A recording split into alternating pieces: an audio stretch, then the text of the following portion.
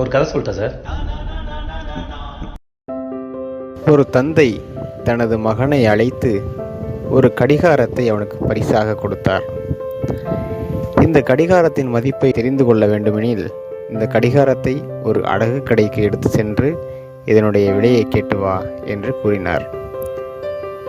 ஒரு அடகு கடைக்கு சென்ற அந்த மகன் அதனுடைய விலையை கேட்டான். அந்த அடகு கடைக்காரரோ, இது ஒரு நிறைய கீறல்கள் இருக்கிறது, அதனால் இந்த கடிகாரத்திற்கு வெறும் 200 ரூபாய் தான் கிடைக்கும் என்று கூறினார்.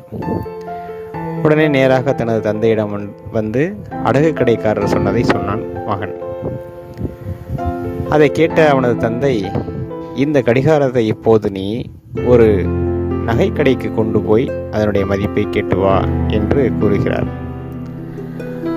உடனே ஒரு நகைக்கடைக்கு சென்ற அந்த மகன் அந்த கடிகாரத்தினுடைய விலையை கேட்கிறான்.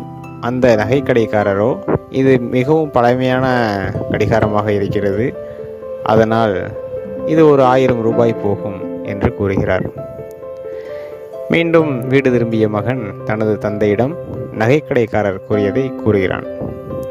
இப்போது அவனது தந்தை, இந்த கடிகாரத்தை ஒரு அருங்காட்சியகத்துக்கு எடுத்து போ, அங்கு இதனுடைய மதிப்பை கேட்டு வா என்று கூறுகிறார். ஒரு அருங்காட்சியகத்திற்கு இந்த கடிகாரத்தை எடுத்து செல்கிறான். அங்கு இதனுடைய மதிப்பை கேட்கும்போது அவர்கள் சொல்கிறார்கள், இது மிக பழமையான ஒரு கடிகாரமாக இருக்கிறது, ஒரு 300 வருட பழமையானதாக இருக்கிறது, இதனுடைய மதிப்பு 1 லட்சம் போகும் என்று அவர் கூறுகிறார். இதை கேட்ட அந்த பையன் தனது தந்தையிடம் வந்து இதை கூறுகிறான். உடனே அவனது தந்தை கூறுகிறார், இப்படித்தான் நமது மதிப்பு இடத்திற்கு இடம் மாறுபடும்.